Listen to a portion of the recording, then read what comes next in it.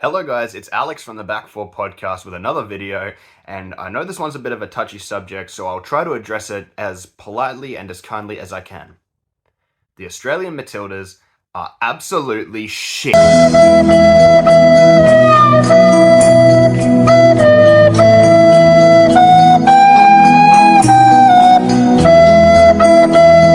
Now, any in-the-know football fan around Australia would know that the Matildas have been in a steady decline over the last 5 or so years, but I could probably make an entire video based off of the history of the Matildas and how we've ended up at this point where we are genuinely the worst I've ever seen this national team side. And if you'd like to see that, make sure you like and subscribe down below and let me know that you want to see a full-length video. But I'm more here to discuss how in the past 2 years, this side has become genuinely unrecognizably bad and what has led to this moment. And to start this video off, we're going to take a trip all the way back to July 2023 when Australia hosted the 2023 edition of the FIFA Women's World Cup. Going into the Women's World Cup, Australia were given a pretty favourable group draw, and despite not being one of the top 4 ranked sides in women's football like they previously were under Alen Stajcic, they had a lot of hype going into them for this home tournament, a team that was going to go out there and give it their all and really bring success in football back to the country. And we started this off with our first game in the tournament against Ireland. Now, to be honest, for Australian football fans, this game was quite forgettable, but for the PTSD that I actually did have from watching this absolutely diabolical performance, we got so close to not even being able to get past Ireland in the first game of our home World Cup, requiring a penalty in the 52nd minute from Steph Catley to actually get the 3 points in our first game. But it's okay. Things happen, and we have one of the easier teams in our group up next, a home game against Nigeria. We can seriously make this happen and stamp down our marker and say that we are here to perform this international tournament and that we are not to be messed with.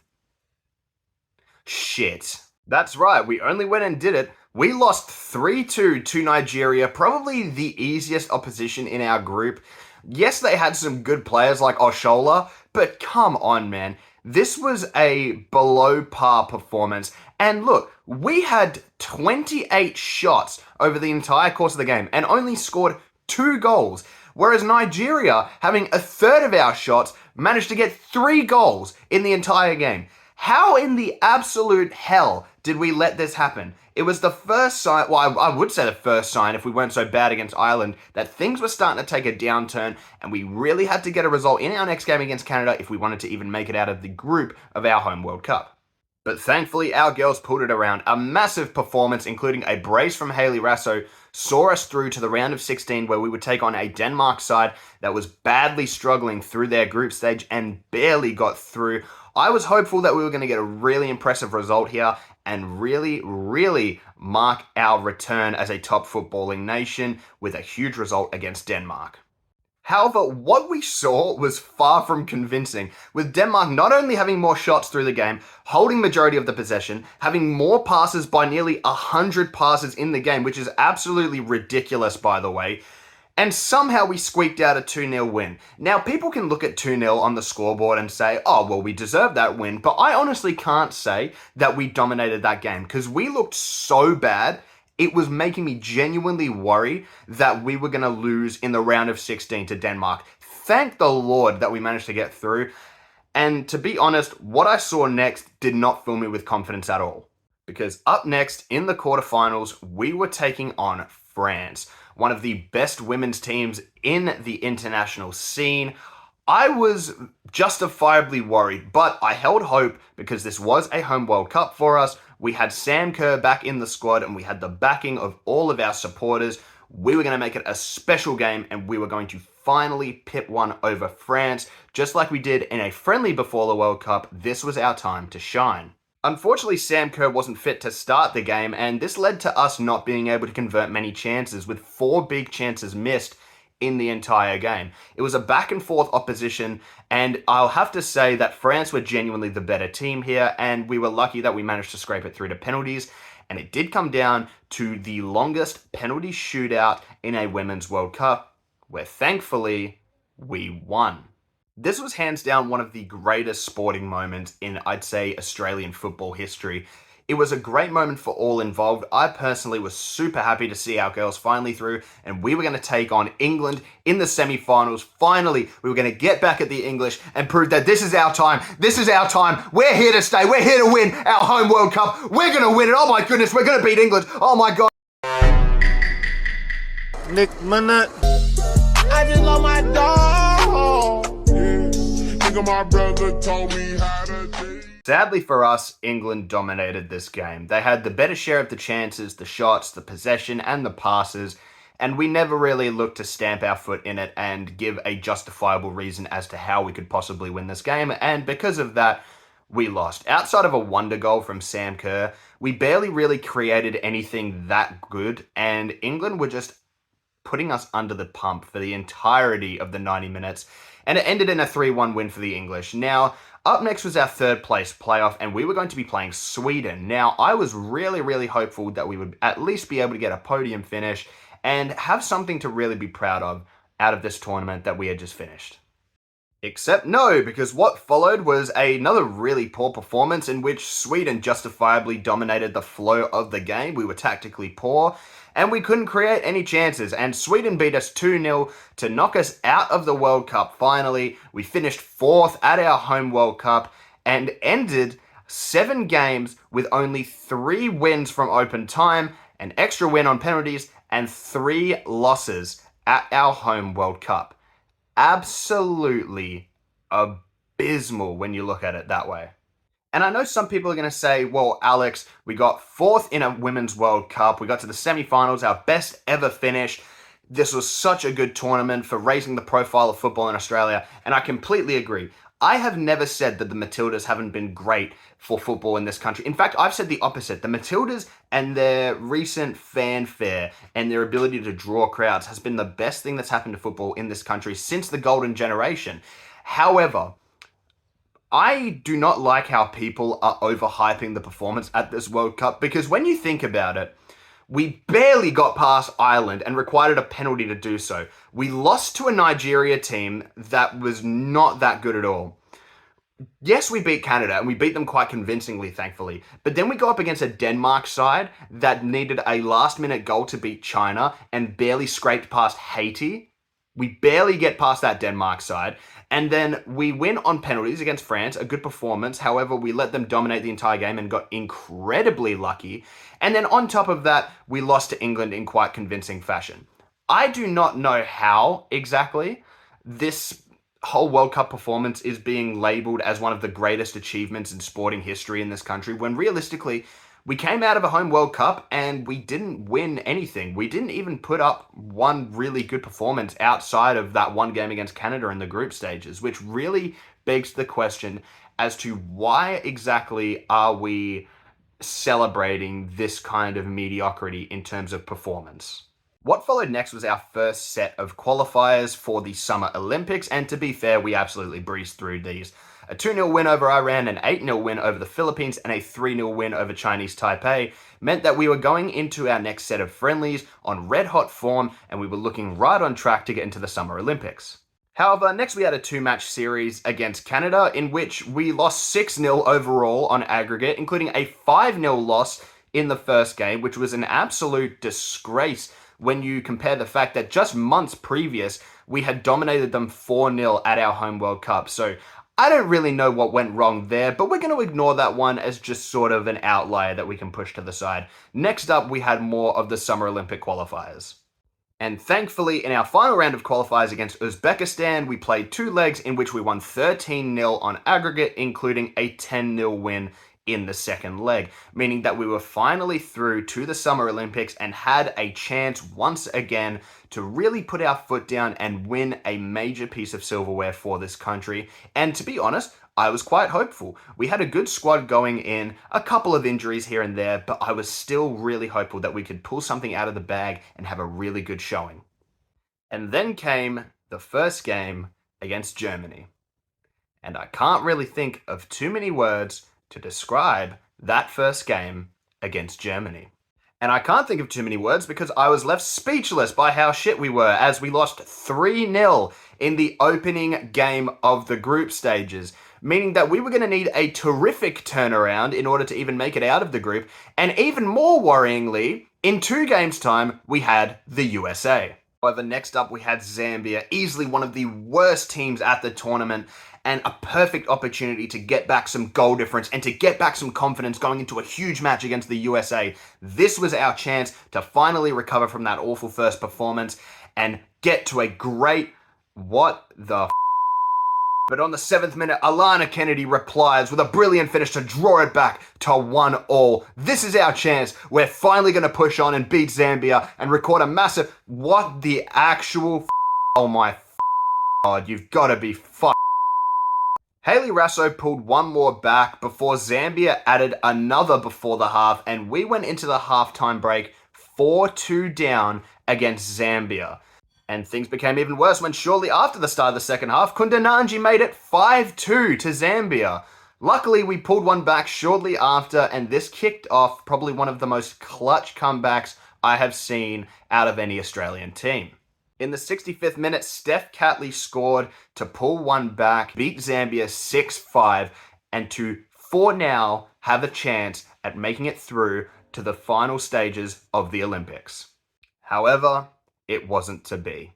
In our massive game against the USA, we simply couldn't handle the pressure, and 2 goals put us behind way too far back.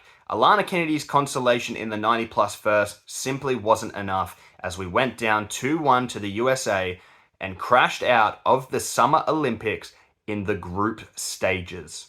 This happening is embarrassing enough, but coming straight off of a home World Cup in which we were bigged up as this fantastic side that just finished 4th, to only then be embarrassed at the Summer Olympics, including barely being able to get past Zambia of all teams, conceding 5 goals to easily one of the worst teams at the tournament, was just an embarrassment in the highest order. And I honestly could not believe what I was seeing. This team was so obviously rotten to the core in terms of mediocrity on the pitch and mediocrity in management, but we'll get to that after what has just tipped me over the edge, which is the SheBelieves Cup. Now, when you think of great sporting three-peats, what do you think of? Do you think of the Chicago Bulls when they were at their best, featuring the likes of Michael Jordan, Scottie Pippen, and Dennis Rodman? Do you think of Man City three-peating the Premier League in historic fashion? No, not for me. I think of the Matildas three-peating the SheBelieves Cups with 3 embarrassing losses, making it an absolute travesty that I've had to witness anything to do with football in this country over the past year. Thank you very much to the Matildas. Now, I would accept any criticism and any sort of argument saying that, oh, but Alex, they didn't have a proper permanent coach. And I would accept that if the player performances weren't absolutely, utterly dog shit. Now, here's the thing. When a team doesn't have a proper coach, I can blame tactical mistakes and maybe even ineptitude on the fact that they don't have a proper systemized style of play. But when the players just aren't performing, that's on the players. I don't care what system they're playing. When they practically play like they don't give a shit, I have to be concerned. And oh, trust me, I am very concerned. But on the topic of excuses and arguments, let's get into the reasons why I think the Matildas are shit. Starting off with Tony Gustafsson. And I guess not just Gustafsson by himself. In this point, I will include Football Australia. Because how the hell do you allow Tony Gustafsson to keep his job so long that he cocks up our entire World Cup semi-final run, and he cocks up absolutely everything to do with the Olympics, and then you allow him to leave on his own accord? Because I don't know if you realize, but we weren't exactly playing good football at the World Cup. In fact, we got carried through because of the individual brilliance of some of our players, which makes it even more weird that Football Australia wouldn't see the writing on the wall and think, hey, we've got a massive Summer Olympics campaign coming up. Maybe we should get a competent coach in who can maybe get us through these tough times that we're going through and push through this crop of young players that we have, including superstars like Mary Fowler and Cooney Cross, that we'd be able to actually get something out of this team and win some silverware for once. But no, please, let's stick with Tony Gustafsson because he just brings all the vibes and he gets everyone all together in a big friendship hug and a big circle to sing Kumbaya while we completely get our pants dropped by Germany. I could not believe what I was seeing during that Olympic campaign. It was the culmination of every single poor decision that Football Australia made, every single acceptance of mediocrity around this squad. How do you let one of the worst tactical managers I have seen coach the Matildas keep his job going into a crucial Summer Olympics campaign and then seemingly let him quit afterwards without just sacking him as soon as the thing was done? I don't know how Football Australia managed to do this, but it is just something that has continuously pissed me off, and it does my absolute head in.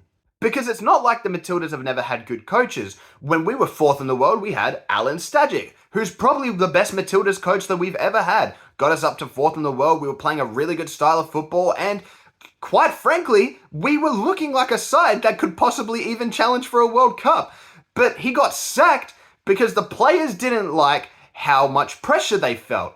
They didn't like how Stajic was pushing them too hard, in their words, too hard to succeed and to win silverware, which is the dumbest shit I have ever heard. Because if you are a professional in any regard, you have to have respect for the fact that you have a coach that is actively and willingly driving your team forward.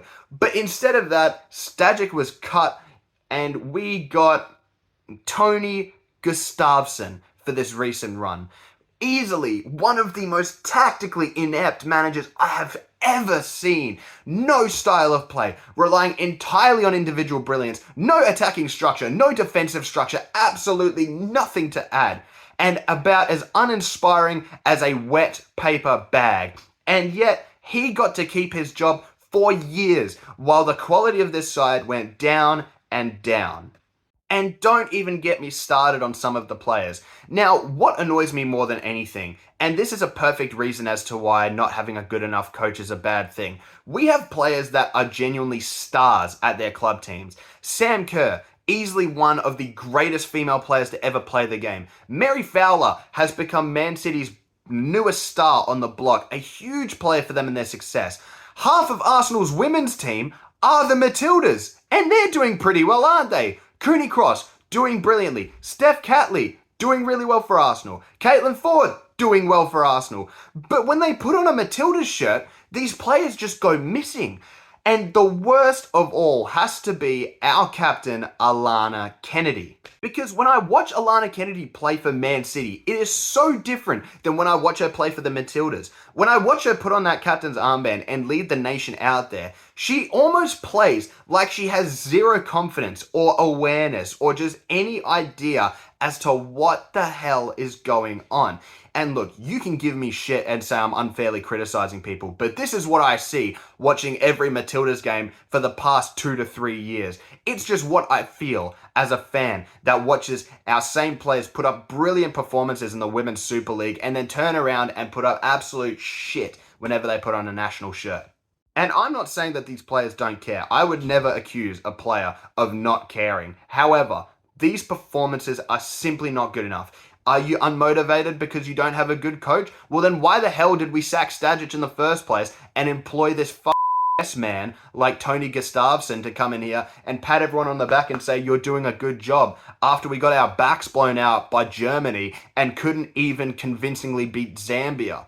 Are we seriously sticking by that as our standard, as our gold standard for what a coach is supposed to be for this Matildas side? Because if we are, this is a much more deep-rooted issue than just the Matildas. This is right down to Football Australia having genuinely no idea how to even start rebuilding a side, how to even scratch the surface of improving a national team. We've seen it with the Socceroos, and by God, we are starting to see it with the Matildas.